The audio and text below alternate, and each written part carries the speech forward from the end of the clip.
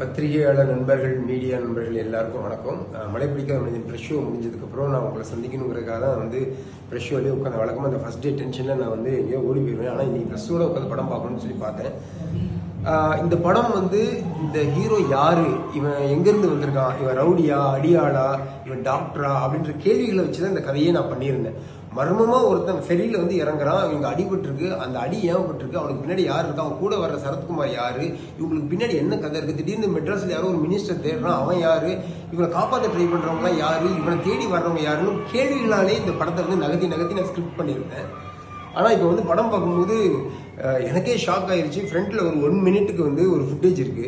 இந்த ஃபுட்டேஜ் இந்த படத்துல வந்து நான் வைக்கல, அது எப்படி வந்துன்றது எனக்கு தெரியல.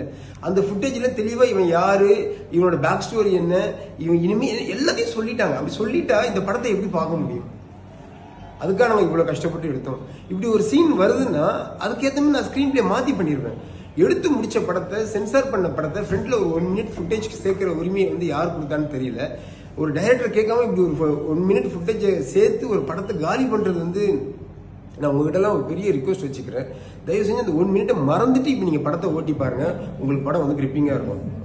ஏன்னா அதை நம்ம சொல்லிட்டோம்னா நான் வந்து அவன் யாருன்னு கியூரியாசிட்டியா சின்ன சின்ன மர்மமா ஸ்கிரிப்ட் பண்ணியிருக்கேன். அது எல்லாமே ஓப்பன்ல இருக்கும். நீங்க எல்லாம் கையை கட்டிட்டு சரி அதான் எங்களுக்கே தெரியுமாப்பா அப்படிதானே எல்லாம் படம் பார்ப்பாங்க. எனக்கு என்ன சொல்றதுன்னு தெரியல. நான் ரொம்ப டீட்டெயில் இதுக்குள்ள போக விரும்பல.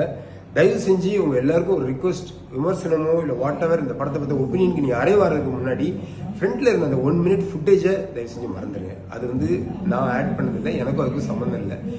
படத்தில் இருக்கிறதே எனக்கு தெரியாது, எனக்கு தெரியாமல் அது ஆட் பண்ணப்பட்டது. தேங்க்யூ.